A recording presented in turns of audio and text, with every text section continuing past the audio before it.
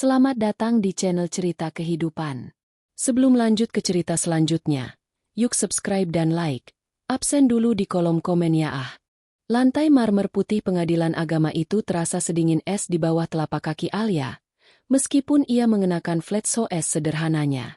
Bau karbol yang menyengat bercampur dengan aroma parfum mahal yang menyesakkan dada memenuhi lorong tunggu yang penuh sesak. Di sana, di atas kursi kayu panjang yang keras, Alia duduk meringkuk. Bahunya bergetar hebat. Isak tangis yang berusaha ia redam justru lolos sebagai suara sesenggukan yang menyayat hati. Bagi Alia, hari ini bukan sekadar urusan legalitas. Hari ini adalah pemakaman bagi 5 tahun pengabdiannya. 5 tahun ia bangun sebelum subuh untuk menyiapkan kopi dan sarapan. 5 tahun ia mencuci pakaian pria yang kini duduk 3 meter darinya. Dan 5 tahun ia menelan harga dirinya demi menjaga keutuhan sebuah bangunan yang ia sebut rumah. Bisa diam tidak? Sebuah suara bariton yang tajam membelah udara, menghancurkan keheningan pribadi Alia. Alia mendongak dengan mata sembab. Di hadapannya berdiri Reno, suaminya, atau setidaknya pria yang masih menyandang status itu hingga beberapa jam ke depan. Reno tampak gagah dengan setelan jas slim fit berwarna navy. Rambutnya tertata rapi dengan pomade, dan jam tangan kronograf berkilau di pergelangan tangannya. Penampilannya sangat kontras dengan Alia yang hanya mengenakan gamis katun berwarna coklat muda dengan kerudung instan yang sedikit miring, karena terlalu sering diseka air mata. Reno, aku hanya... Suara Alia tercekat. Reno berdecap pinggang. Wajahnya memerah karena emosi. Ia tidak melihat seorang wanita yang telah mendampinginya dari nol, melainkan sebuah noda dalam reputasi barunya sebagai manajer sukses. Kalau datang ke perceraian tidak usah menangis dan merasa paling tersakiti. Hapus air mata menjijikan itu. Bentak Reno. Suaranya cukup keras hingga membuat beberapa pengunjung sidang menoleh. Beberapa orang berbisik. Namun Reno tidak peduli. Ia justru merasa perlu menegaskan dominasinya. Aku malu dan muak punya istri lemah dan kampungan seperti kamu, Al. Lihat dirimu. Reno menunjuk dari ujung kepala hingga ujung kaki Alia dengan tatapan menghina. Kita di pengadilan kota besar, bukan di kelurahan desamu. Dandananmu, caramu menangis, bahkan cara dudukmu saja memalukan. Aku merasa seperti membawa pembantu ke sini, bukan istri. Alia terpaku.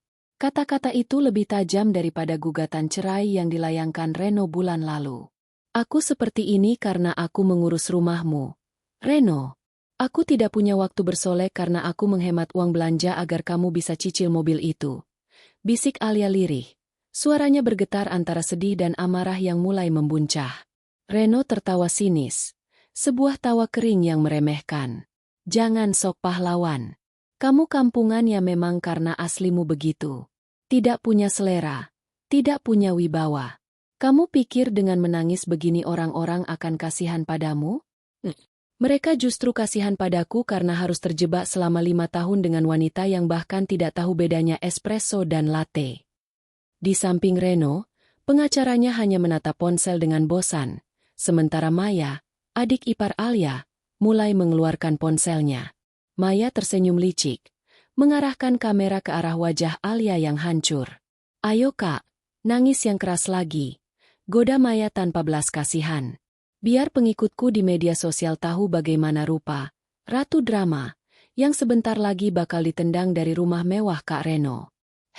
#istri kampungan, #janda ngenes.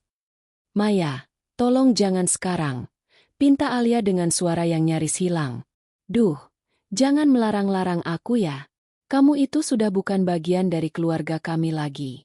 Sadar diri dong. Sahut Maya sambil memutar bola matanya. Ibu mertua Alia, Ibu Ratna, yang duduk tidak jauh dari sana, hanya melipat tangan di dada. Tidak ada satupun kata pembelaan keluar dari mulut wanita yang dulu sering dibantu Alia saat sakit sakaran itu. Ibu Ratna justru membuang muka, seolah-olah melihat Alia adalah sebuah aib yang harus segera dibersihkan. Reno, sudahlah, ujar Ibu Ratna akhirnya, namun bukan untuk membela Alia. Jangan buang energimu untuk wanita ini. Sebentar lagi hakim akan memanggil. Ingat, pastikan dia tidak membawa 1 rupiah pun dari hartamu. Biar dia pulang ke desa dengan pakaian yang melekat di badan saja. Itu sudah cukup mewah untuk orang sepertinya. Reno mengangguk patuh pada ibunya, lalu kembali menatap Alia dengan pandangan penuh kebencian. Kamu dengar itu? Setelah ini, silakan angkat kaki. Aku sudah tidak sabar mencoret namamu dari kartu keluargaku. Jangan pernah berharap aku akan memberikan nafkah iddah atau apapun itu. Untuk apa memberi modal pada orang yang hanya tahu cara menangis di pojokan? Alia terdiam. Ia menundukkan kepala, membiarkan rambutnya menutupi wajah. Di balik tundukan itu, perlahan-lahan tangisnya mereda. Bukan karena ia merasa tenang, tapi karena hatinya baru saja mati rasa. Rasa sakit yang bertubi-tubi itu rupanya telah mencapai titik jenuh. Ia teringat pesan ayahnya melalui telepon semalam. Ayah yang selama ini ia minta untuk tetap tinggal di desa. Ayah yang ia larang mengirimkan uang karena ia ingin menjadi istri yang berbakti dan mandiri. Alia, jika dia sudah menganggapmu sebagai sampah, maka berhentilah menjadi emas yang tersembunyi di dalam lumpur. Tunjukkan siapa pemilik tanah tempat dia berpijak. Suara ayahnya terngiang di telinga. Alia meremas tas kainnya. Di dalamnya terdapat sebuah kartu identitas dan beberapa dokumen yang selama ini ia kunci rapat di lemari paling bawah. Ia menarik napas panjang, menghirup udara pengadilan yang pengap untuk terakhir kalinya sebagai Alia si istri kampungan. Sidang nomor urut 12. Atas nama Reno Pratama dan Alia Syakwena, silakan memasuki ruang sidang utama. Panggil petugas pengadilan melalui pelantang suara. Reno merapikan jasnya dengan angkuh, lalu melangkah lebih dulu tanpa menoleh sedikit pun. Maya dan Ibu Ratna mengekor di belakang sambil tertawa kecil, seolah sedang menuju pesta perayaan. Alia berdiri pelan. Ia mengusap air mata di pipinya dengan gerakan tegas. Untuk pertama kalinya dalam bertahun-tahun, punggungnya tegak lurus. Matanya yang merah kini menatap pintu ruang sidang dengan sorot yang berbeda. Sorot mata seorang putri yang sudah terlalu lama menyamar menjadi rakyat jelata. Kamu benar, Reno, gumam Alia pada dirinya sendiri. Aku memang tidak seharusnya menangis untuk pria sepertimu. Alia melangkah masuk. Ia tidak tahu bahwa di luar gedung pengadilan, 3 unit mobil hitam mewah baru saja memasuki area parkir, memicu kasakusuk di antara para petugas keamanan. Dan di salah satu mobil itu, seorang pria tua dengan wibawa yang menggetarkan sedang memperbaiki letak dasinya, bersiap menjemput putri tunggalnya yang telah disakiti. Langkah kaki Alia terasa lebih berat saat ia melintasi ambang pintu ruang sidang. Namun, di belakangnya, suara tawa kecil yang tertahan dari Maya dan Ibu Ratna terdengar seperti dengungan lalat yang mengganggu. Di dalam ruangan ber-AC itu, suasananya terasa mencekam bagi siapapun yang sedang di ambang perpisahan. Tapi bagi keluarga Reno, ini adalah arena eksekusi. Mereka mengambil tempat duduk di barisan kursi pengunjung, tepat di belakang Reno yang sudah duduk pongah di kursi pemohon. Maya, dengan kuku-kuku yang dicat merah menyala, segera sibuk dengan ponsel pintarnya. Ia tidak hanya merekam, ia sedang melakukan siaran langsung di akun Instagram pribadinya yang memiliki ribuan pengikut. Sebagian besar adalah teman-teman sosialita gadungan yang senang melihat drama kehidupan orang lain. Oke, guys, kalian lihat kan? Itu si Mbak Desa, sudah masuk. Bisik Maya ke arah kamera ponselnya dengan nada mengejek. Wajahnya bengkak, matanya merah. Duh, so patetik. Beginilah jadinya kalau orang kampung dipaksa tinggal di kota. Nggak kuat mental akhirnya main drama air mata. Stay tuned ya. Hari ini adalah hari pembebasan Kak Reno dari beban hidupnya. Di sampingnya, Ibu Ratna tidak menegur. Ia justru mengangguk setuju. Sesekali merapikan bros emas di dadanya yang ia beli dari uang bulanan yang sebenarnya disisihkan Alia dari jatah makan pribadinya selama setahun. Bagi Ibu Ratna, Alia adalah sebuah kesalahan sejarah dalam silsilah keluarga mereka yang terhormat. Sudah, Maya, jangan terlalu keras suaranya. Kita harus tetap terlihat elegan di depan hakim, tegur Ibu Ratna, meski matanya berkilat penuh kemenangan. Tapi memang benar, Ibu sudah tidak sabar melihat Reno bersanding dengan Lisa. Lisa itu anak pengusaha, setara dengan posisi Reno sekarang. Bukan seperti Alia, yang ditanya soal merek tas saja bingung. Memalukan. Alia mendengar setiap kata itu. Ruang sidang yang belum sepenuhnya dimulai membuat bisikan-bisikan tajam itu memantul di dinding ruangan. Ia mengepalkan tangannya di bawah meja kayu. Hatinya perih, bukan karena ia masih mencintai Reno, tapi karena ia menyadari betapa butanya ia selama ini. Ia telah memberikan segalanya, waktunya, tenaganya, bahkan uang simpanannya, kepada orang-orang yang menganggapnya tidak lebih dari sekadar kerikil di dalam sepatu. Reno menoleh ke belakang, memberikan jempol pada adiknya dan senyum manis pada ibunya. Saat matanya beralih ke Alia, kehangatan itu lenyap seketika, digantikan oleh tatapan dingin yang menusuk. "Kenapa diam, Al?" tanya Reno dengan suara rendah namun tajam. "Takut? Atau baru sadar kalau kamu memang tidak pantas ada di sini? Lihat ibuku dan Maya. Mereka adalah representasi kelas yang seharusnya aku miliki sejak dulu. Kamu hanya penghambat. Gara-gara kamu, aku sering malu membawa istri ke acara kantor. Kamu hanya tahu cara memasak sayur lodeh dan sambal terasi, sementara rekan-rekanku membicarakan investasi dan trading." Alia mengatur napasnya. "Aku memasak apa yang kamu minta. Reno, aku berhemat karena dulu kamu bilang kita harus menabung untuk masa depan. Apa kamu lupa? Saat kamu dipecat dari pekerjaan pertamamu, siapa yang menjual perhiasan warisan ibunya untuk modal usahamu?" Reno mendengus kasar. "Itu cerita lama. Dan perhiasan kuno dari desamu itu tidak seberapa nilainya. Jangan merasa paling berjasa. Usahaku sukses karena kecerdasanku, bukan karena recehan dari perhiasan kampunganmu itu. Dan sekarang, setelah aku sukses, aku berhak memilih teman hidup yang bisa mengimbangi langkahku. Bukan yang tertinggal jauh di belakang seperti kamu." Maya menimpali dari belakang. "Betul itu. Kak Reno itu sekarang aset berharga. Mbak Alia harusnya bersyukur pernah mencicipi hidup di rumah mewah Kak Reno meskipun cuma jadi pelayan, tanpa gaji. Sekarang, kembalilah ke asalmu. Mungkin di desa ada duda petani yang mau menampungmu." Tawa kecil meledak di antara mereka bertiga. Mereka seolah lupa bahwa mereka berada di institusi hukum. Di mata mereka, Alia sudah kalah. Ia sudah tamat. Mereka sudah mengatur skenario agar Alia keluar dari ruangan ini tanpa membawa apapun.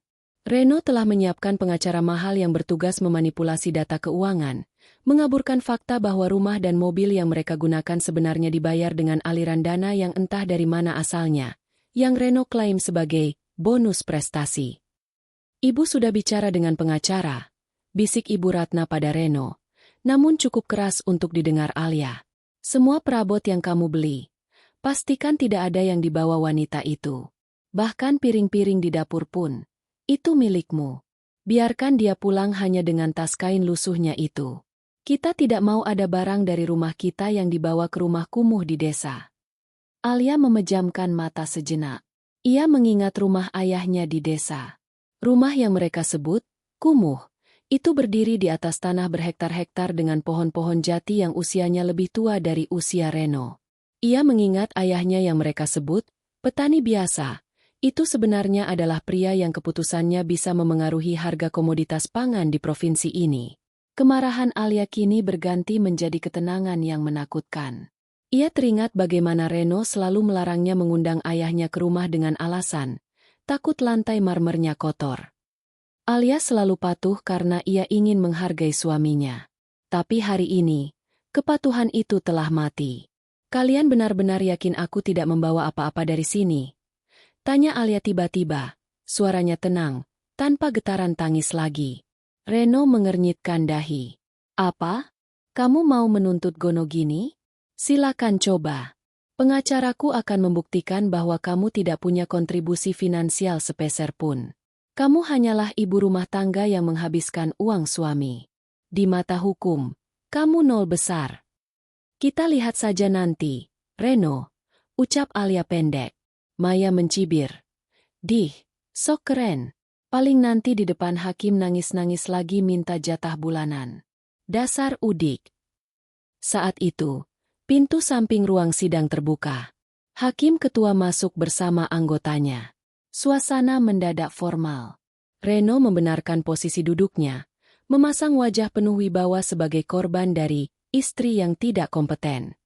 Alia melirik jam di dinding. Pukul 10 pagi. Sesuai janji, seseorang seharusnya sudah hampir sampai. Seseorang yang akan meruntuhkan kesombongan keluarga di sampingnya ini hingga ke akar-akarnya. Sidang perkara cerai gugat nomor 455 akan segera dimulai, ujar Panitera. Reno tersenyum tipis ke arah Alia, sebuah senyum kemenangan yang prematur. Ia tidak tahu bahwa di luar sana, beberapa pria bersafari hitam sedang menyisir area pengadilan, memastikan jalan bersih untuk seorang pria tua yang mereka sebut sebagai komisaris utama. Skenario penghinaan yang disusun Reno, Maya, dan Ibu Ratna baru saja dimulai. Namun mereka tidak sadar bahwa mereka bukan sutradaranya. Mereka hanyalah badut dalam pertunjukan yang akan segera berakhir dengan tragis bagi mereka sendiri. Di tengah riuhnya gumaman di ruang sidang, pikiran Alia melayang jauh ke belakang, ke masa 5 tahun yang lalu. Saat itu, ia bukan wanita dengan gamis katun kusam yang duduk di kursi pesakitan. Ia adalah Syakwena Alia, putri tunggal dari Surya Atmadja, seorang konglomerat yang gurita bisnisnya menjulur dari perkebunan sawit hingga properti mewah di ibu kota. Pertemuannya dengan Reno terjadi di sebuah pameran seni kecil. Saat itu, Reno hanyalah seorang staf pemasaran tingkat menengah yang memiliki ambisi setinggi langit namun saku yang tipis. Alia terpikat pada kesederhanaan Reno, atau setidaknya, apa yang ia kira sebagai kesederhanaan. Reno tampak gigih, bekerja keras, dan selalu bercerita tentang mimpinya untuk membahagiakan ibunya. "Aku tidak butuh pria kaya, yah," ucap Alia suatu malam di perpustakaan pribadi rumah mereka yang megah. "Aku ingin seseorang yang mencintaiku karena diriku, bukan karena nama besar Atmadja."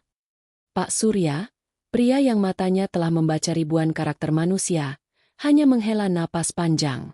"Alia, berlian tidak perlu menyamar menjadi kerikil untuk menemukan cinta sejati. Jika dia mencintaimu, dia akan menghormati asal-usulmu. Tapi jika kamu menyembunyikannya, kamu hanya memberinya kesempatan untuk menunjukkan wajah aslinya saat kamu terlihat lemah." Namun, Alia yang sedang dimabuk asmara tidak mendengarkan. Ia membuat kesepakatan ekstrim. Ia meminta ayahnya untuk membiarkannya hidup sebagai orang biasa. Ia mengubah penampilannya, mengenakan pakaian dari pasar lokal, dan mengaku sebagai anak petani dari desa terpencil yang hanya mengandalkan beasiswa untuk kuliah. Reno melamarnya dengan sebuah cincin perak murah yang ia beli dengan mencicil. Saat itu, Alia menangis bahagia, mengira ia telah menemukan cinta tulus yang dicarinya. Ia tidak tahu bahwa Reno memilihnya karena mengira Alia adalah wanita desa yang mudah diatur, penurut, dan tidak akan menuntut banyak gaya hidup. Setelah menikah, penderitaan yang dibungkus kata pengabdian pun dimulai. "Al, ibu mau ganti gorden ruang tamu. Pakai uang tabunganmu dulu ya," perintah Ibu Ratna hanya seminggu setelah pernikahan mereka. Alia, yang memiliki akses ke rekening dengan saldo miliaran, harus berakting seolah ia kesulitan mengumpulkan uang dari sisa belanja harian. Ia bahkan rela bekerja lembur secara sembunyi-sembunyi sebagai editor lepas demi menuruti keinginan mertuanya, hanya agar ia tidak perlu menyentuh uang ayahnya dan menjaga penyamarannya. Puncaknya adalah saat Reno kehilangan pekerjaannya di tahun kedua pernikahan. Pria itu frustrasi, sering pulang malam dalam keadaan mabuk, dan mulai menyalahkan Alia atas kemalangan hidupnya. "Sial! Kalau saja aku menikahi anak bosku, aku tidak akan luntang-lantung begini," teriak Reno suatu malam sambil membanting gelas. "Punya istri kampungan seperti kamu tidak memberi keuntungan apa-apa buat karierku." Melihat suaminya hancur, Alia tidak tega. Tanpa sepengetahuan Reno, ia menghubungi asisten pribadi ayahnya. Ia meminta sebuah perusahaan modal Ventura, yang sebenarnya adalah anak perusahaan ayahnya, untuk menemukan bakat Reno dan menyuntikkan dana besar ke proyek yang sedang dikerjakan pria itu. Sejak saat itulah karir Reno melesat bak meteor. Ia mendapatkan promosi, bonus besar, dan akhirnya posisi manajer. Namun, seiring dengan bertambahnya saldo di rekening Reno, bertambah pula kesombongan pria itu.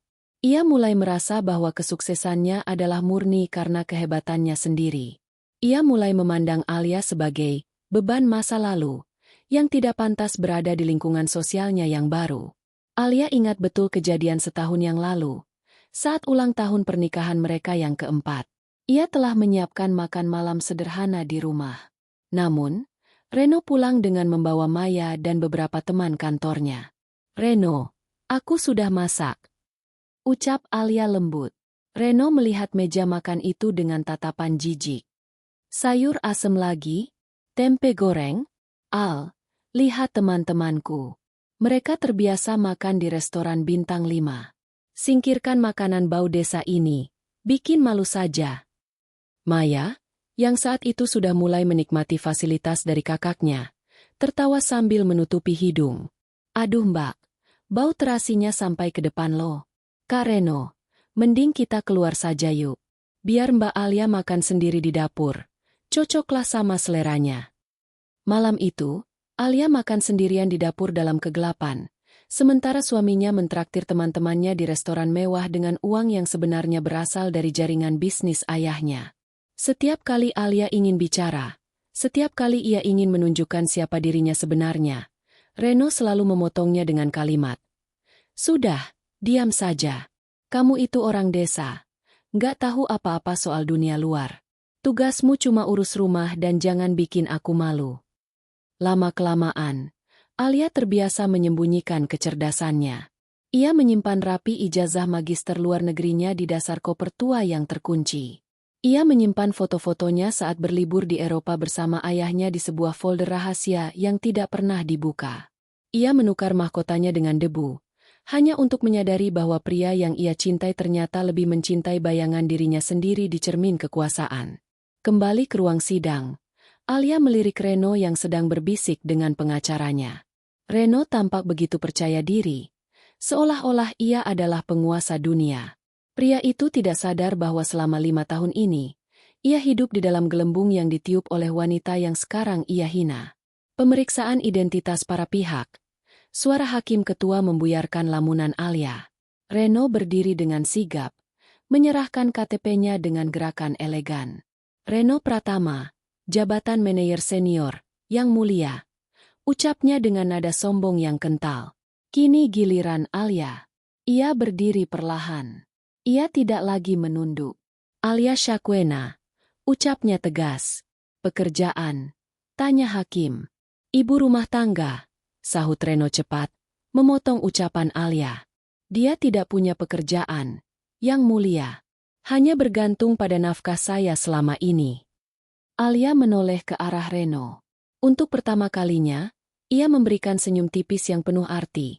Senyum yang membuat Reno tiba-tiba merasa merinding tanpa alasan yang jelas. "Untuk saat ini memang benar," ujar Alia pelan. "Tapi mungkin tidak untuk 5 menit ke depan." Di kejauhan, di luar koridor pengadilan, suara deru mesin mobil-mobil mewah terdengar berhenti tepat di depan lobi. Pintu-pintu terbuka serentak. Dan dari balik pintu ruang sidang yang tertutup, terdengar keributan kecil saat petugas keamanan mencoba menghentikan sekelompok orang yang memaksa masuk. Alia tahu, ayahnya sudah sampai, dan penyamarannya sebagai kerikil resmi berakhir hari ini. Suasana di dalam ruang sidang semakin berat. Udara yang dipompa oleh pendingin ruangan terasa kering, seolah-olah oksigen di sana telah habis terbakar oleh kebencian yang dipancarkan Reno dan keluarganya. Setelah pemeriksaan identitas yang singkat namun penuh ketegangan, hakim ketua mengetukkan palunya, menandakan dimulainya pembacaan poin-poin gugatan. Reno berdiri, ia tidak hanya ingin bercerai, ia ingin menghancurkan karakter Alia hingga tidak ada satupun kepingan harga diri yang tersisa. Dengan gaya teatrikal, ia menatap hakim seolah dialah martir dalam pernikahan ini. "Yang mulia," suara Reno menggema, berat dan penuh kepura-puraan. "Pernikahan ini telah menjadi beban mental bagi saya selama 5 tahun terakhir. Istri saya, Alia, bukan hanya tidak mampu mengimbangi status sosial saya, tapi dia juga menunjukkan perilaku yang tidak mendukung kemajuan karir saya. Dia malas, tidak mau belajar bersosialisasi dengan rekan-rekan saya, dan seringkali bertindak memalukan di depan kolega penting." Alia duduk mematung, mendengarkan kebohongan yang dirajut dengan begitu rapi. Ia ingat betul bagaimana ia selalu menolak hadir di pesta kantor Reno bukan karena malas, tapi karena Reno sendiri yang melarangnya. Pakaianmu tidak ada yang benar. Nanti orang-orang mengira aku mempekerjakan asisten rumah tangga yang tersesat. Begitu kata Reno kala itu.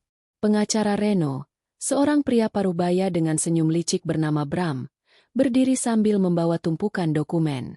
Bukan hanya itu, Yang Mulia. Kami memiliki bukti bahwa selama pernikahan, Saudari Alia sering melakukan pemborosan terhadap keuangan klien kami. Dia sering meminta uang dalam jumlah besar dengan alasan untuk keluarga di desanya, padahal kita tahu, mereka hanyalah petani yang tidak jelas asal-usulnya. Kebohongan macam apa itu? Bisik Alia pelan. Namun Reno mendengarnya dan memberikan tatapan tajam yang menyuruhnya bungkam. Diam kamu, Al. Ini meja hijau. Bukan dapur rumah kita di mana kamu bisa membantah. Desis Reno. Di kursi pengunjung, Maya dan Ibu Ratna saling berpandangan dengan senyum puas. Maya sibuk mengetik di ponselnya, memberikan update real-time kepada para pengikutnya. Drama memanas. Simbak desa ketahuan suka morotin uang kakakku buat keluarganya di kampung. Dasar parasit. Ibu Ratna pun tidak ketinggalan. Ia mengangkat tangan, meminta izin untuk memberikan kesaksian singkat sebagai penguat. Yang Mulia, saya sebagai ibu mertua saksi hidup betapa beruntungnya Alia mendapatkan putra saya. Tapi dia tidak pernah tahu terima kasih. Setiap kali saya datang, rumah berantakan. Dia lebih suka menghabiskan waktu dengan hal-hal yang tidak jelas daripada mengurus suami. Dia bahkan tidak becus memberikan keturunan yang berkualitas karena pikirannya terlalu, kita tahu sendiri, pikiran orang kelas bawah. Kata-kata Ibu Ratna seperti belati yang mengiris jantung Alia. Soal keturunan, bukankah Reno yang selalu menunda dengan alasan belum siap berbagi harta dengan anak? Air mata Alia nyaris jatuh lagi. Namun ia segera mengedipkan mata dengan cepat. Ia teringat janji pada dirinya sendiri. Tidak ada lagi air mata untuk manusia-manusia ini. Oleh karena itu, lanjut pengacara Bram dengan nada tinggi, klien kami menuntut perceraian tanpa kompensasi apapun.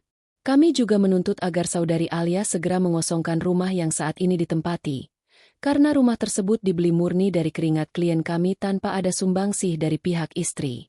Bahkan, kami meminta hakim untuk menjatuhkan putusan agar Saudari Alia mengembalikan sebagian uang yang telah ia curi untuk keluarganya di desa. Reno menoleh ke arah Alia dengan senyum kemenangan yang sangat lebar. Kamu dengar itu, Al? Kamu akan keluar dari sini dengan tangan hampa. Kamu datang sebagai orang susah, dan kamu akan kembali sebagai orang susah yang lebih hina. Itulah harga yang harus kamu bayar karena tidak tahu diri. Alia menatap Reno dalam-dalam. Reno, apa kamu sama sekali tidak ingat siapa yang membantumu saat perusahaanmu hampir bangkrut tahun lalu? Siapa yang memberikan suntikan dana melalui investasi anonim itu? Reno tertawa terbahak-bahak, mengabaikan teguran ringan dari hakim. Investasi anonim? Kamu mau bilang itu dari kamu? Al, jangan melawak di ruang sidang. Itu adalah hasil presentasiku yang brilian di depan investor Jakarta. Kamu tahu apa soal investasi? Menghitung uang kembalian dari pasar saja kamu sering salah. Yang Mulia, Alia bicara secara resmi, memotong tawa Reno. Saya ingin mengajukan bukti tandingan. Tapi saya tidak membawa pengacara. Saya hanya membawa saksi hidup. Saksi? Siapa? Tetanggamu yang tukang ojek itu? Atau pamanmu yang bau lumpur?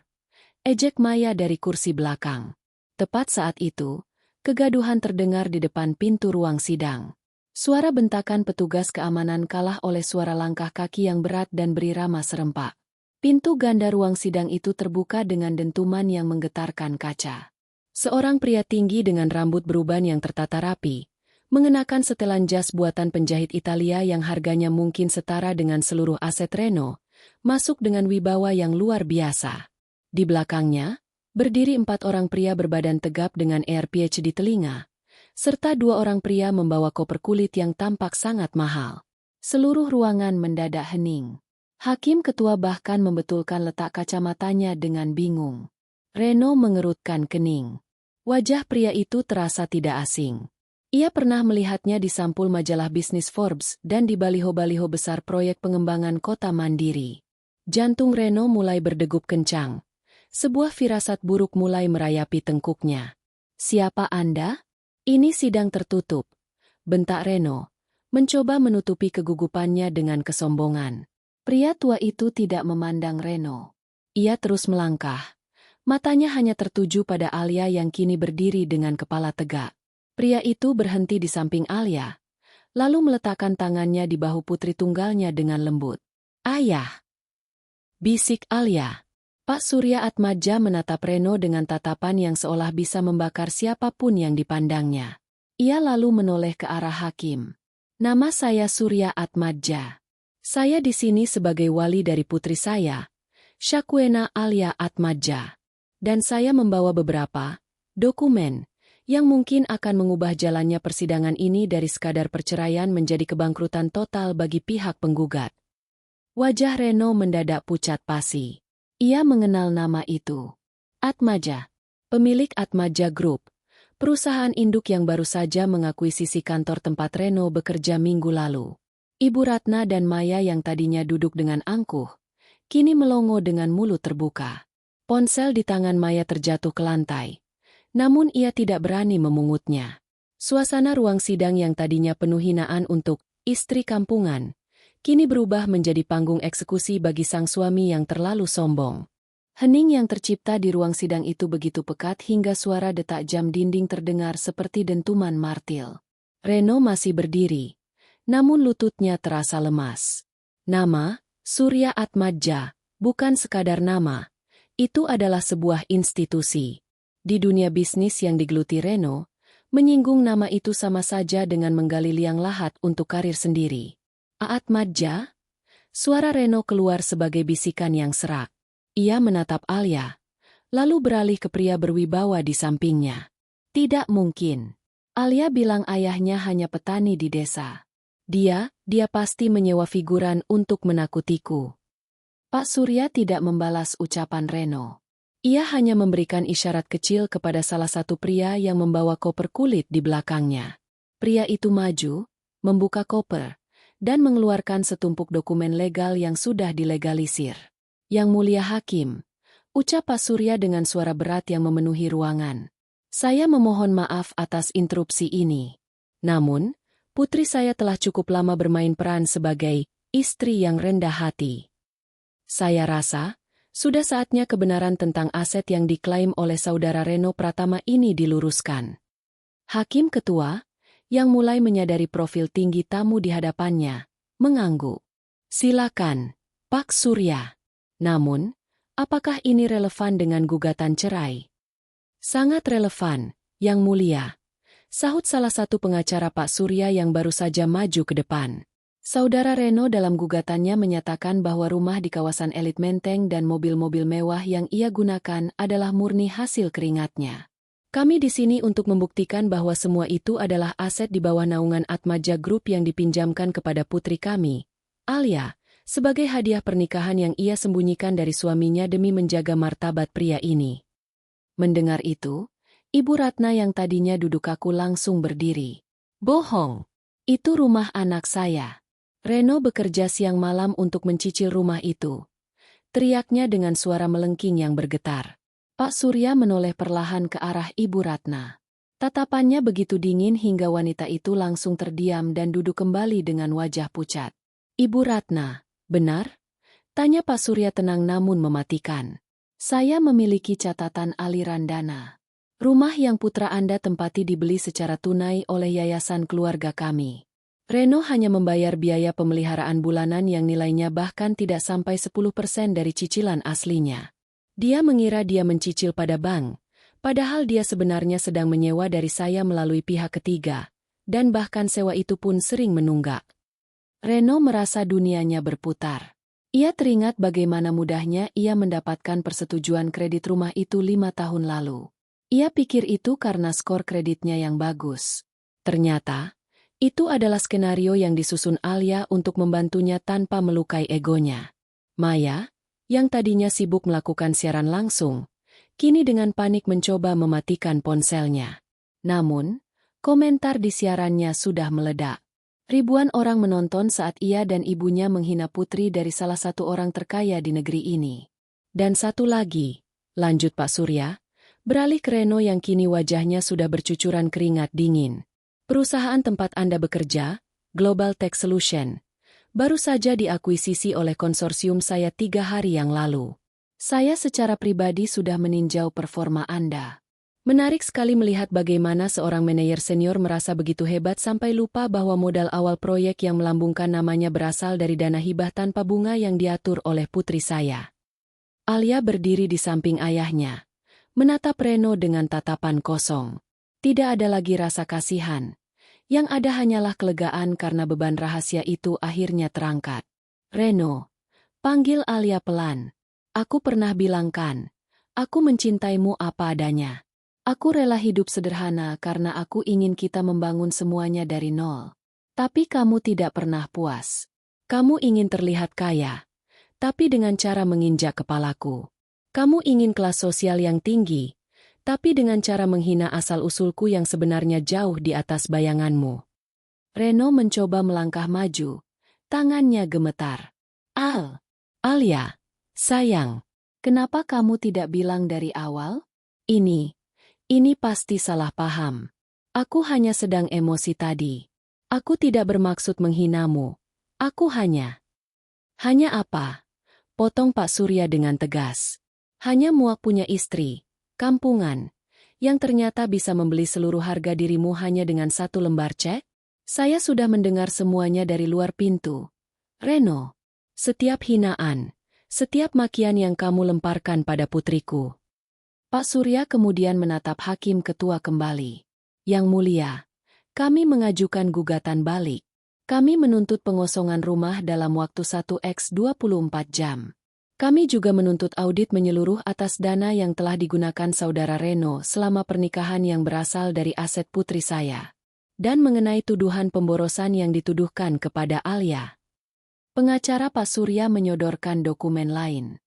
Ini adalah bukti bahwa uang yang dikirimkan Alia ke desa setiap bulan sebenarnya adalah dana pembangunan sekolah dan panti asuhan di bawah Yayasan Atmadja. Alia tidak mencuri uang suaminya. Dia menggunakan uang pribadinya sendiri untuk amal. Justru, kami menemukan bukti bahwa saudara Reno menggunakan uang perusahaan untuk membiayai gaya hidup mewah seorang wanita bernama Lisa. Mendengar nama Lisa disebut, Reno hampir jatuh terduduk. Rahasia gelapnya terbongkar di tempat yang paling ia takuti. Maya mulai menangis sesenggukan, bukan karena menyesal, tapi karena takut miskin. Mbak Alia, Mbak, tolong maafkan Maya. Tadi itu cuma bercanda buat konten. Alia bahkan tidak menoleh ke arah adik iparnya. Ia hanya menatap Hakim. Yang mulia, saya tetap pada keinginan saya untuk bercerai. Dan saya tidak menginginkan 1 rupiah pun dari harta Reno Pratama. Karena sejujurnya, dia memang tidak punya apa-apa. Kalimat itu adalah hantaman terakhir bagi Reno. Di depan publik, di depan keluarganya, dan di depan hukum, ia baru saja dinyatakan sebagai seorang parasit yang sombong. Panggung sandiwara yang ia bangun selama 5 tahun rubuh seketika, terkubur di bawah kaki istri yang baru saja ia panggil, lemah dan kampungan. Pak Surya merangkul bahu Alia. Ayo pulang, nak. Jet pribadi sudah siap. Kita tinggalkan tempat ini. Biarkan pengacara yang mengurus sisanya. Saat Alia berbalik untuk keluar, ia berpapasan dengan Reno yang masih mematung. Untuk terakhir kalinya, Alia berbicara padanya. Jangan lupa kemas barang-barangmu, Reno. Tapi ingat kata ibumu tadi, jangan bawa satupun piring dari rumah itu.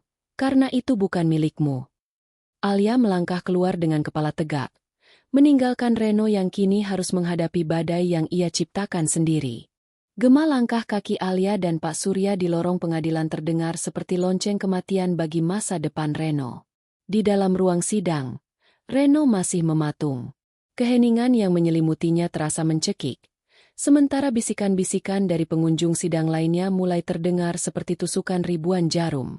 Reno, bangun. Kita harus melakukan sesuatu. Teriak Ibu Ratna sambil mengguncang bahu putranya. Wajah wanita itu kini pucat pasi. Tak ada lagi sisa keangkuhan yang tadi ia pamerkan. Rumah itu. Reno. Dia tidak mungkin benar-benar mengusir kita. Kan? Itu rumah kita. Reno tidak menjawab. Pikirannya buntu. Peringatan Pak Surya tentang akuisisi perusahaannya jauh lebih menakutkan daripada kehilangan rumah. Jika Atmaja Group benar-benar pemilik baru Global Tech Solution, maka ia tidak hanya akan kehilangan tempat tinggal, tapi juga sumber penghasilannya. Ini semua gara-gara kamu, Maya. Reno tiba-tiba berbalik dan membentak adiknya. Kenapa kamu harus merekam semuanya? Kenapa kamu harus menghinanya sekeras itu? Maya yang sedang menangis tersedu-sedu tersentak. Kok aku? Kakak sendiri yang bilang dia kampungan. Kakak yang bilang muak punya istri seperti dia. Aku hanya mengikuti gaya kakak. Diam. Bentak Reno lagi. Ia segera menyambar tas kerja dan jasnya. Aku harus ke kantor. Aku harus bicara dengan direksi sebelum berita ini sampai ke sana. Jika aku bisa mengamankan posisiku, kita masih punya harapan. Reno berlari menuju tempat parkir. Mobil BMW seri 5 yang ia banggakan, yang ternyata adalah aset perusahaan di bawah bayang-bayang mertuanya. Ia pacu dengan kecepatan tinggi menuju pusat bisnis Jakarta. Di dalam kepalanya, ia menyusun berbagai skenario. Ia akan meminta maaf. Ia akan berlutut di depan Alia. Ia akan mengatakan bahwa ia hanya hilaf karena tekanan pekerjaan. Ia yakin, Alia yang lembut dan penurut selama 5 tahun ini pasti masih memiliki sisa cinta untuknya. Namun, saat ia sampai di lobi Menara Atmaja, tempat kantor pusat perusahaannya kini bernaung setelah akuisisi, suasana terasa berbeda. Para petugas keamanan yang biasanya menyapanya dengan hormat kini menatapnya dengan pandangan dingin. Maaf, Pak Reno. Kartu akses Anda sudah tidak aktif, ujar seorang petugas keamanan di depan gerbang sensor. Apa maksudmu? Saya manajer senior di sini. Minggir, saya ada rapat penting. Reno mencoba memaksa masuk, namun 2 petugas berbadan tegap langsung mengadang langkahnya. Instruksi langsung dari kantor pusat. Pak, Anda diminta langsung menuju lantai 50. Ruang komisaris utama. Lanjut petugas itu tanpa ekspresi. Lantai 50. Jantung Reno berdegup kencang. Itu adalah lantai tertinggi di gedung ini, wilayah pribadi Surya Atmaja. Di dalam lift yang bergerak cepat, Reno mencoba merapikan rambut dan dasinya. Ia berlatih tersenyum di depan cermin lift. Al, maafkan aku. Aku hanya terbawa suasana persidangan. Kamu tahu aku sangat mencintaimu, kan? Gumamnya berlatih. Ia merasa cukup tampan dan percaya diri untuk meluluhkan hati Alia sekali lagi. Pintu lift terbuka, memperlihatkan lobi yang sangat mewah dengan pemandangan seluruh Jakarta dari balik dinding kaca. Di sana, di balik meja eksekutif yang luas, Pak Surya duduk dengan tenang.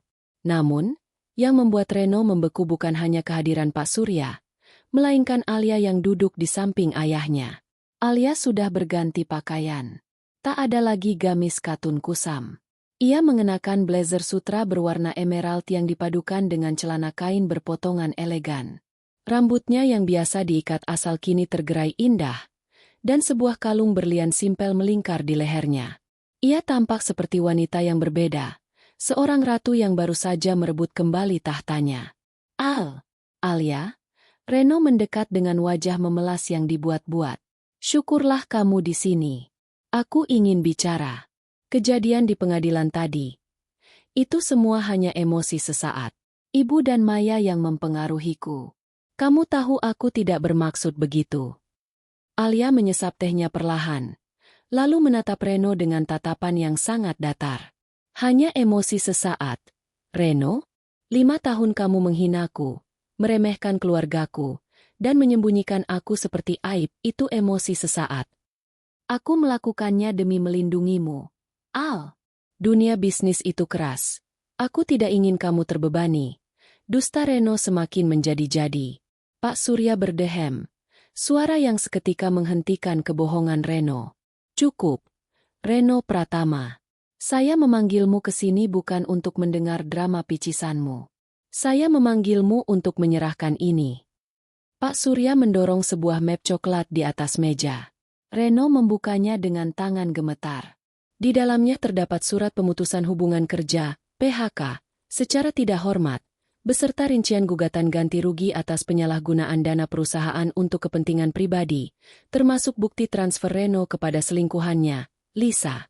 Kamu dipecat, Reno, tanpa pesangon. Dan kami akan menuntutmu secara pidana atas penggelapan dana kantor yang kamu gunakan untuk gaya hidup mewahmu yang palsu itu. Ujar Pak Surya tegas. Reno jatuh terduduk di kursi di hadapan mereka. Tolong, Pak, jangan lakukan ini. Saya tidak punya apa-apa lagi. Rumah itu. Ibu saya ada di sana. Rumah itu sudah dalam proses penyegelan. Potong Alia dingin.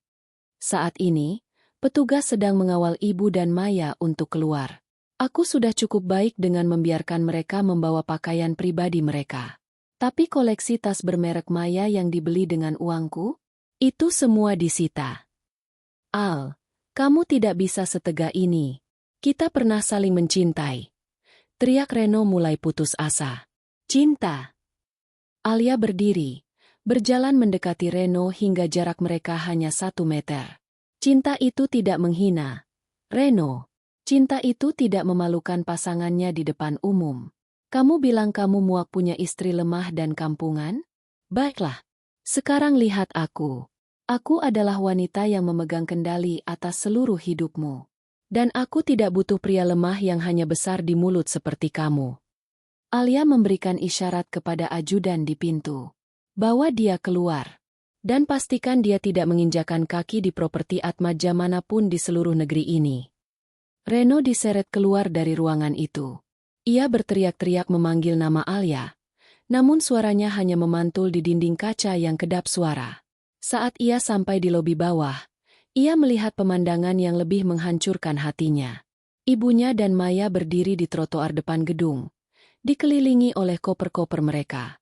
Ibu Ratna menangis histeris. Sementara Maya tampak syok menatap ponselnya yang kini dipenuhi hujatan netizen karena siaran langsungnya yang bumerang. Badai yang dimulai di ruang sidang kini telah meratakan istana pasir yang dibangun Reno di atas kebohongan. Dan ini baru permulaan dari kehancurannya. Langit Jakarta sore itu berubah jingga, namun bagi Reno, warna itu tampak seperti api yang baru saja melahap seluruh hidupnya. Setelah diseret keluar dari menara Atmaja, ia berdiri di trotoar dengan sisa-sisa harga diri yang hancur. Di sampingnya, Ibu Ratna masih meratap di atas salah satu koper, sementara Maya duduk termangu, menatap kosong ke arah jalanan yang padat. Reno, kita harus kemana? Tanya Ibu Ratna dengan suara parau. Rumah itu sudah dikunci. Barang-barang mewah ibu, perhiasan pemberianmu. Mereka bilang itu semua aset sitaan. Bagaimana bisa? Reno tidak menjawab. Kepalanya berdenyut hebat. Ia merogoh saku jasnya dan menemukan kunci mobil. Untungnya, mobil BMW itu masih terparkir di basement gedung sebelum aksesnya diblokir total. Ia segera menggiring ibu dan adiknya masuk ke dalam mobil. Kita ke apartemen Lisa, ucap Reno pendek. Hanya itu satu-satunya harapan yang tersisa. Lisa, wanita yang selama setahun terakhir ia puja sebagai sosok wanita urban yang berkelas, mandiri, dan sangat kontras dengan Alia yang kampungan. Lisa selalu berkata bahwa dia mencintai Reno karena kecerdasannya, bukan karena hartanya. Kepada Lisalah Reno sering mengadu betapa menderitanya dia memiliki istri seperti Alia. Mobil itu melaju membelah kemacetan menuju sebuah apartemen mewah di kawasan Jakarta Selatan. Selama di perjalanan, Reno mencoba meyakinkan dirinya sendiri. Lisa punya koneksi. Dia punya apartemen atas namanya sendiri. Setidaknya itu yang dia katakan. Kami bisa tinggal di sana sampai aku menemukan pekerjaan baru. Sesampainya di lobi apartemen, Reno bergegas naik ke lantai 15. Ia tidak mengetuk pintu. Ia langsung menempelkan kartu akses yang ia pegang. Namun, lampu pada kunci digital itu berwarna merah. Gagal. Ia mencoba lagi. Tetap merah. Reno mulai menggedor pintu dengan panik.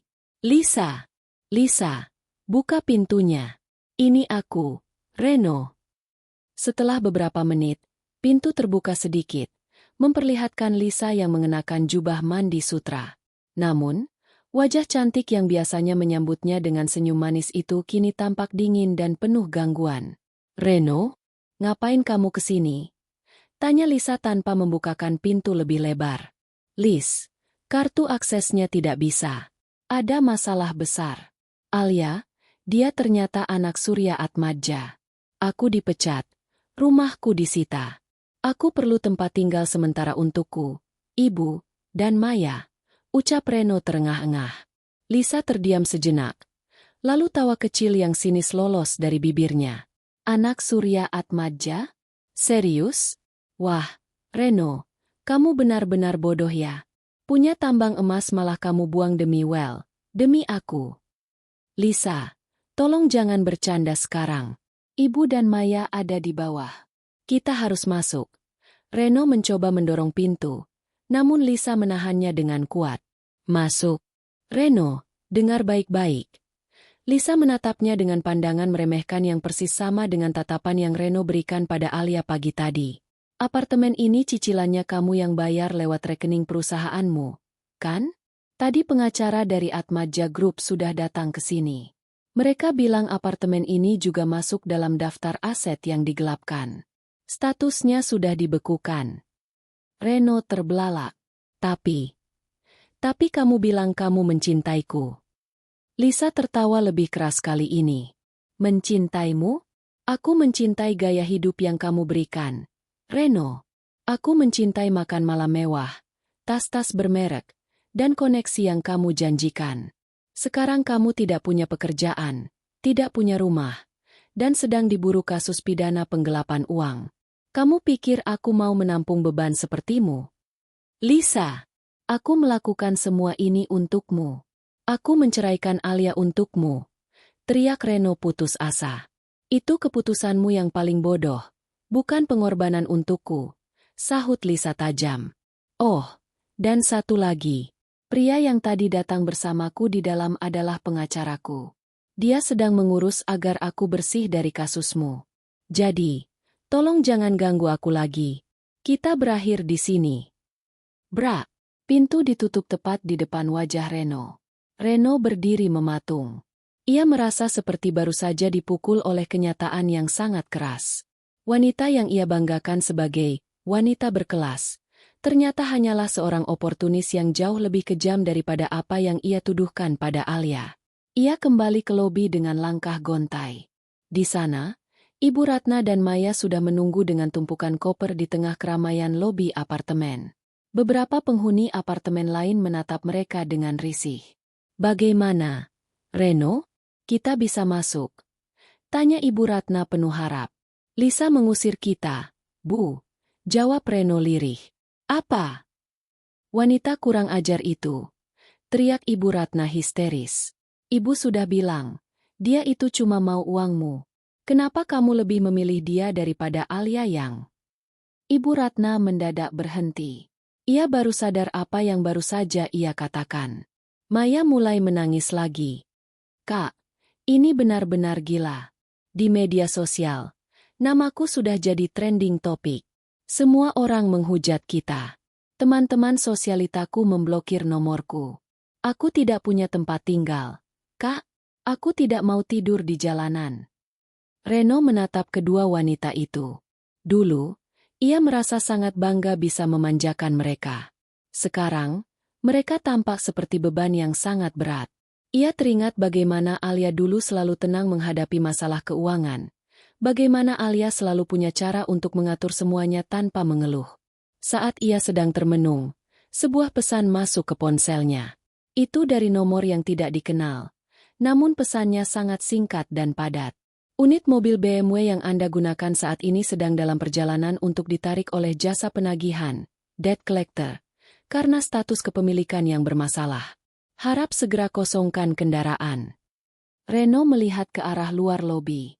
Sebuah mobil derek sudah berhenti tepat di belakang mobil BMW-nya. Dua orang pria berbadan besar keluar dan mulai berbicara dengan petugas keamanan. Tidak sekarang," bisik Reno. Ia berlari keluar, mencoba menghalangi para penagih itu.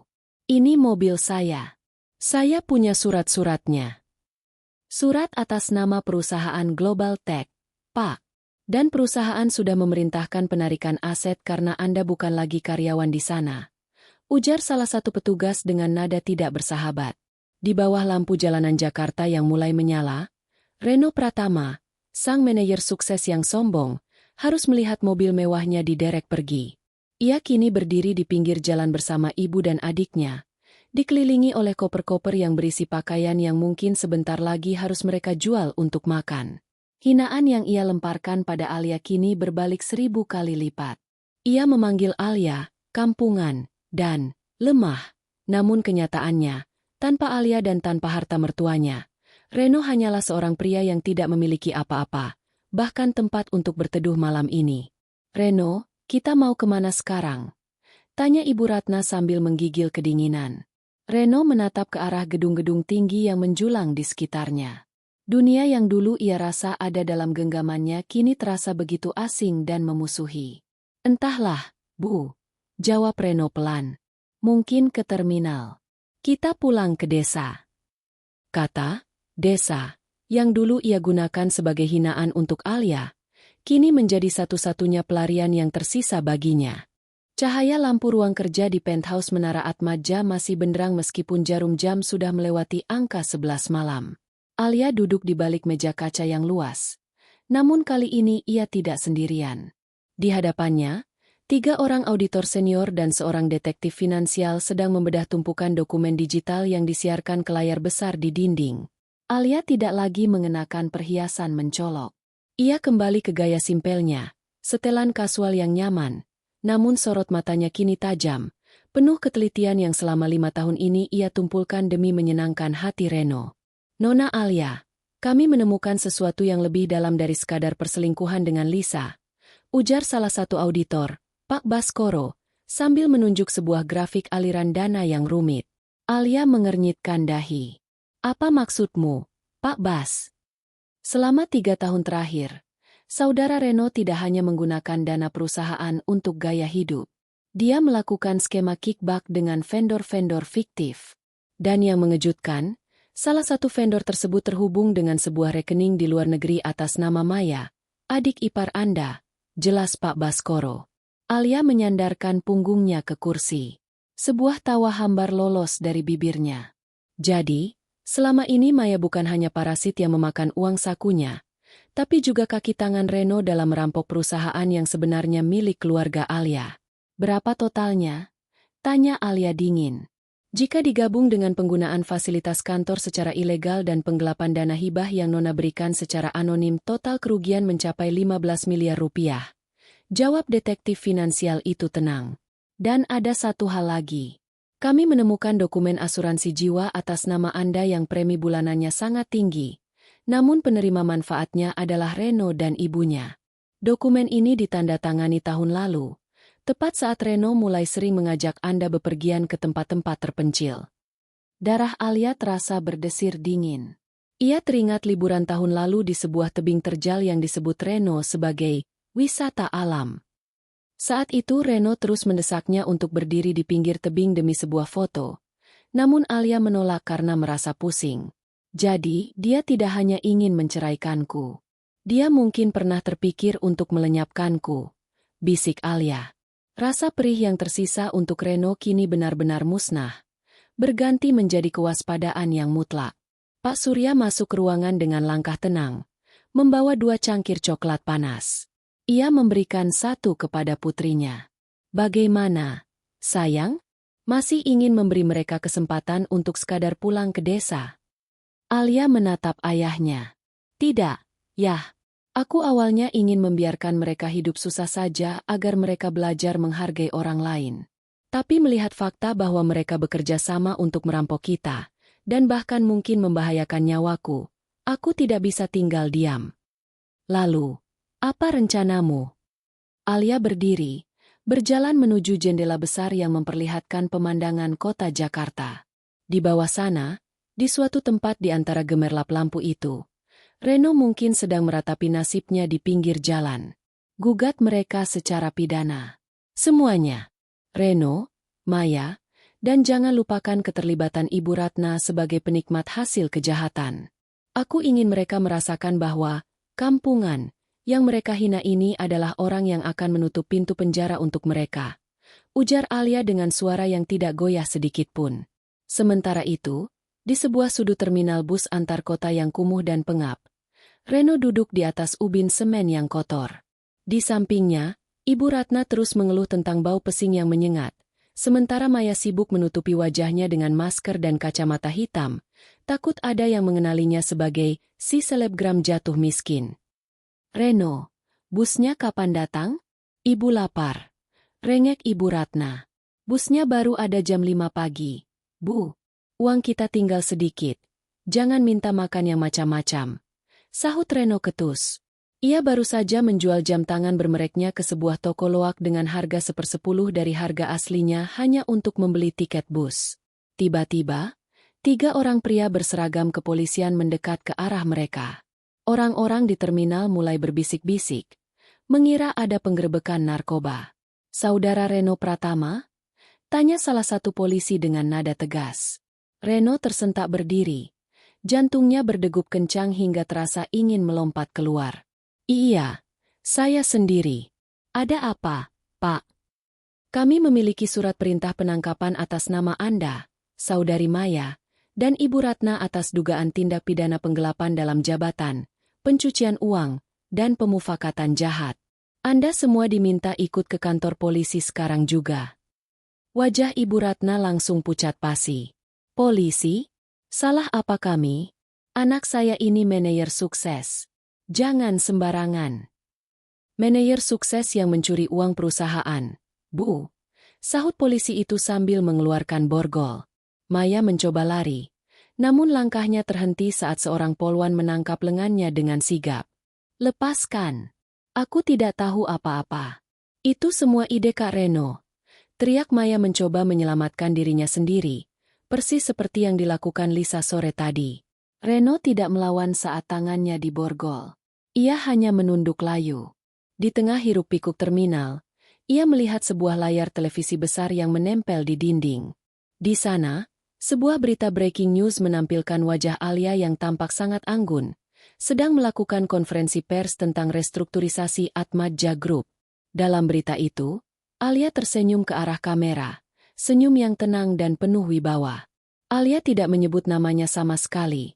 Seolah-olah Reno adalah debu yang sudah dibersihkan dari sepatunya. Saat ia digiring menuju mobil polisi, Reno teringat kata-katanya sendiri di pengadilan pagi tadi. Aku malu dan muak punya istri lemah dan kampungan seperti kamu. Kini, justru dialah yang harus malu. Dunia melihatnya diseret polisi dengan tangan terborgol di sebuah terminal bus. Tidak ada lagi jas Navi. Tidak ada lagi parfum mahal. Yang tersisa hanyalah aroma keringat ketakutan dan bayang-bayang dinginnya jeruji besi. Alia! Bisik Reno dalam hati. Ternyata aku yang paling lemah di sini. Namun, gumaman itu hilang ditelan suara sirene polisi yang mulai meraung, membelah malam menuju babak baru kehancuran keluarga yang dulu merasa paling berkuasa itu. Berbeda dengan ruang sidang pengadilan agama yang terasa sempit dan penuh sesak oleh emosi pribadi, ruang sidang utama pengadilan negeri hari ini terasa begitu luas, dingin, dan megah. Media massa memenuhi barisan kursi belakang.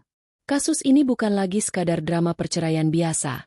Ini adalah skandal korupsi korporasi dan pencucian uang yang melibatkan salah satu raksasa bisnis di negeri ini, Atmadja Group.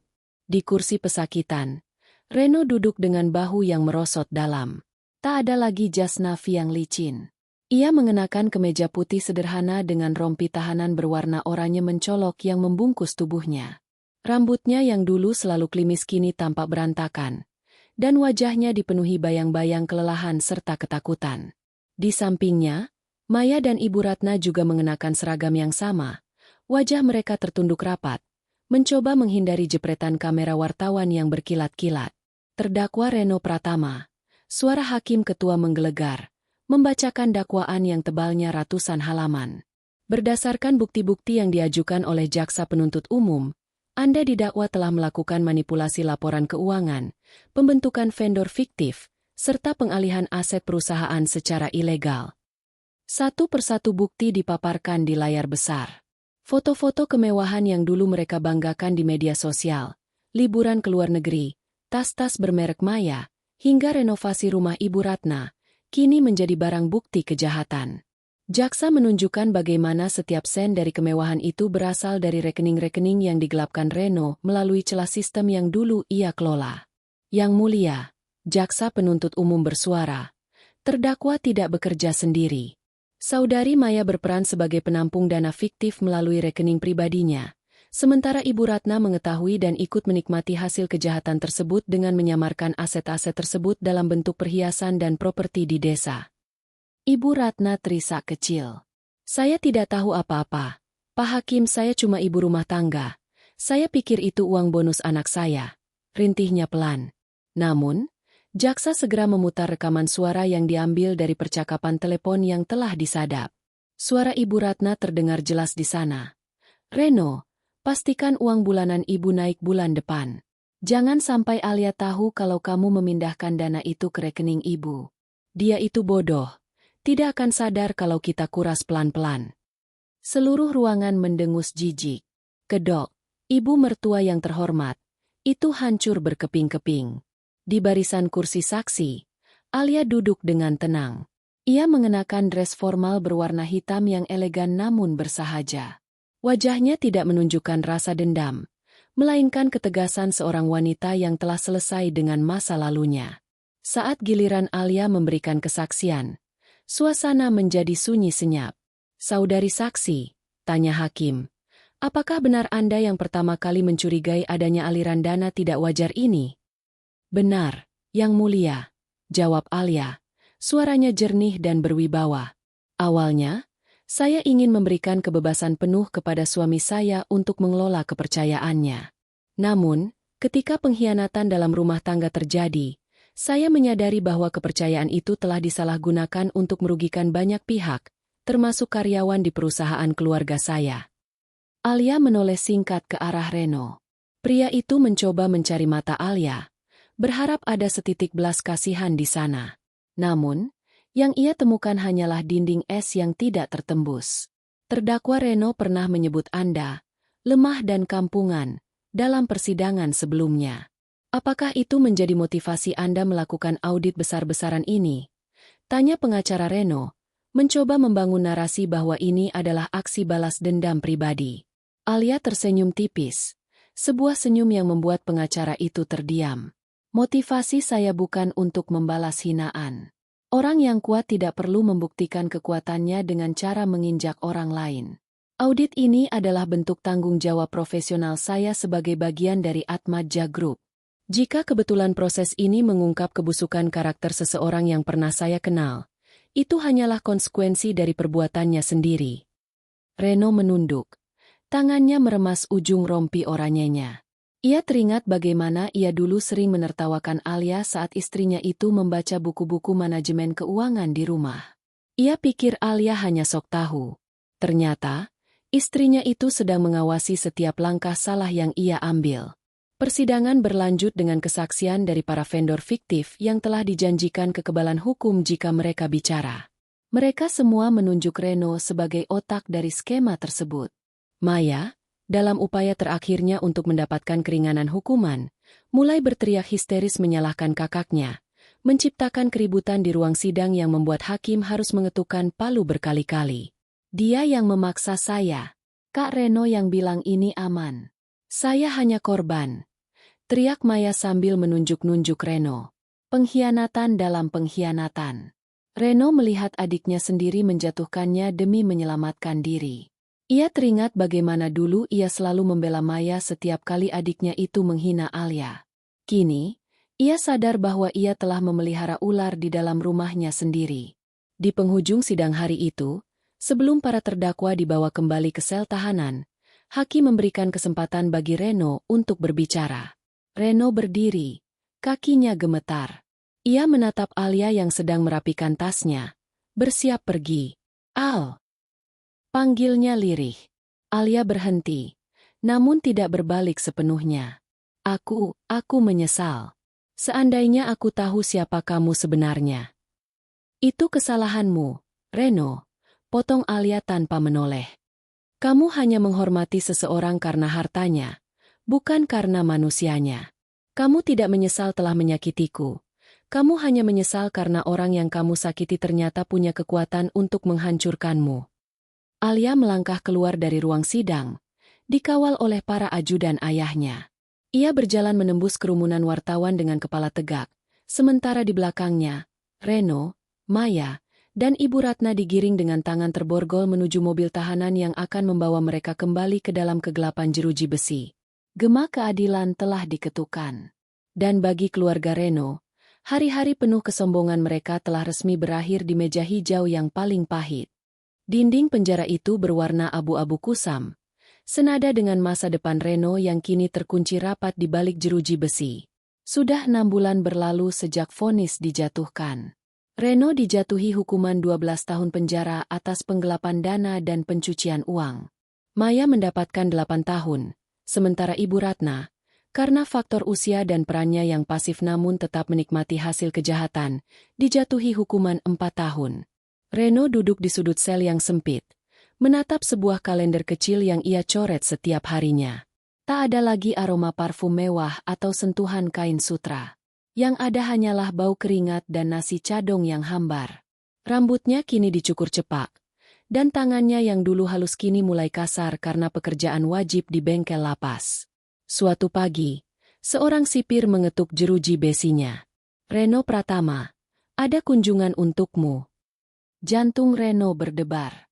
Apakah itu Alia? Apakah istrinya, mantan istrinya, akhirnya datang untuk memaafkannya? Dengan harapan yang membuncah, ia merapikan seragam penjaranya dan berjalan menuju ruang kunjungan. Namun, di balik kaca pembatas, bukan Alia yang duduk di sana, melainkan pengacara ayahnya, pria yang dulu membongkar semua boroknya di pengadilan. "Di mana Alia?" tanya Reno. Suaranya parau karena jarang digunakan untuk bicara. "Nona Shakwena Alia sedang berada di luar negeri untuk meresmikan yayasan pendidikan barunya," jawab pengacara itu dengan nada profesional yang dingin. "Saya di sini hanya untuk menyerahkan dokumen final. Seluruh aset pribadimu yang masih tersisa, termasuk rumah masa kecilmu di desa yang sempat kamu jaminkan, telah dilelang untuk menutupi kerugian perusahaan. Kamu benar-benar mulai dari nol, Reno. Bahkan minus." Reno menunduk. Apakah dia pernah menanyakan kabarku?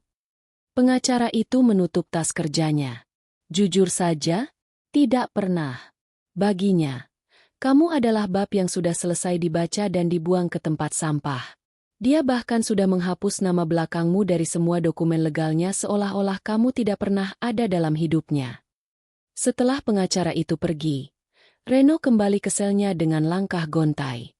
Di televisi Ruang Bersama, sebuah siaran berita menampilkan acara gala megah di Jakarta. Di sana, Alia tampak begitu bersinar. Ia berdiri di atas podium, memberikan pidato tentang pemberdayaan perempuan. Ia tampak 10 tahun lebih muda, lebih cantik, dan penuh energi. Di sampingnya berdiri Pak Surya, yang menatap putrinya dengan bangga. Reno memejamkan mata, teringat kata-kata terakhirnya di pengadilan. "Aku malu punya istri kampungan sepertimu." Kini, justru dunia yang malu mengenalnya. Ia melihat Maya di televisi dalam berita singkat tentang narapidana. Adiknya itu tampak kurus dan stres karena tidak bisa beradaptasi dengan kehidupan penjara. Ibunya dikabarkan sering sakit-sakitan di lapas wanita. Mereka semua hancur karena kesombongan yang mereka bangun di atas kebaikan seorang wanita yang mereka remehkan. 1 minggu kemudian, di sebuah taman yang asri di pinggiran kota Paris, Alia duduk menyesap kopi sambil menatap menara Eiffel di kejauhan. Udara pagi itu terasa segar. Sangat berbeda dengan sesaknya udara di ruang sidang yang ia lalui berbulan-bulan lalu. "Nona Alia, semua berkas restrukturisasi sudah selesai. Perusahaan sekarang jauh lebih sehat tanpa ada benalu di dalamnya," lapor asisten pribadinya. Alia mengangguk tenang. "Terima kasih, Sarah. Simpan semuanya. Hari ini aku ingin menikmati waktu tanpa membicarakan bisnis." "Oh, satu lagi, Nona. Ada surat dari mantan suami Anda melalui lapas." Alia terdiam sejenak. Ia melihat amplop coklat kusam di tangan asistennya. Tanpa membukanya, Alia merobek amplop itu menjadi potongan-potongan kecil dan membiarkannya terbang di tiup angin Paris yang kencang. Aku tidak butuh permintaan maaf yang lahir dari penderitaan, ucap Alia pelan. Penyesalan yang datang karena kita tertangkap bukanlah penyesalan sejati. Itu hanya rasa sakit karena kehilangan kenyamanan. Alia berdiri, mengenakan kacamata hitamnya. Ia berjalan menuju mobil yang sudah menunggunya. Hidupnya kini bukan lagi tentang menjadi istri yang berbakti pada pria yang salah. Hidupnya adalah tentang menjadi dirinya sendiri, seorang wanita yang kuat, cerdas, dan bermartabat. Ia teringat ayahnya yang selalu berkata bahwa emas tidak akan pernah berubah menjadi tembaga hanya karena diletakkan di dalam lumpur. Ia telah membuktikannya. Ia telah melewati lumpur kehinaan, pengkhianatan, dan makian. Namun ia muncul kembali sebagai emas yang jauh lebih berkilau. 1 jam kemudian, Alia mengunggah sebuah foto di akun media sosial barunya. Bukan foto kemewahan yang pamer, melainkan foto langkah kakinya yang mantap menuju sebuah gedung pertemuan internasional dengan keterangan singkat. Kamu benar, melepaskan beban yang tidak berharga bukanlah sebuah kehilangan. Itu adalah perayaan untuk sebuah kebebasan. Jangan pernah menangis untuk orang yang tidak tahu cara menghargaimu. Unggahan itu disukai oleh jutaan orang, menjadi inspirasi bagi banyak wanita yang juga sedang berjuang dalam hubungan toksik. Alia tidak hanya memenangkan persidangan, ia telah memenangkan kembali hidupnya. Di kejauhan, matahari terbenam dengan indahnya, menutup bab gelap dalam hidup Alia dan menyambut fajar yang jauh lebih gemilang. Sementara di balik jeruji besi yang dingin, Reno hanya bisa menatap bayangannya sendiri di lantai semen, menyadari bahwa ia telah membuang permata demi segenggam kerikil yang kini justru melukainya. Tamat.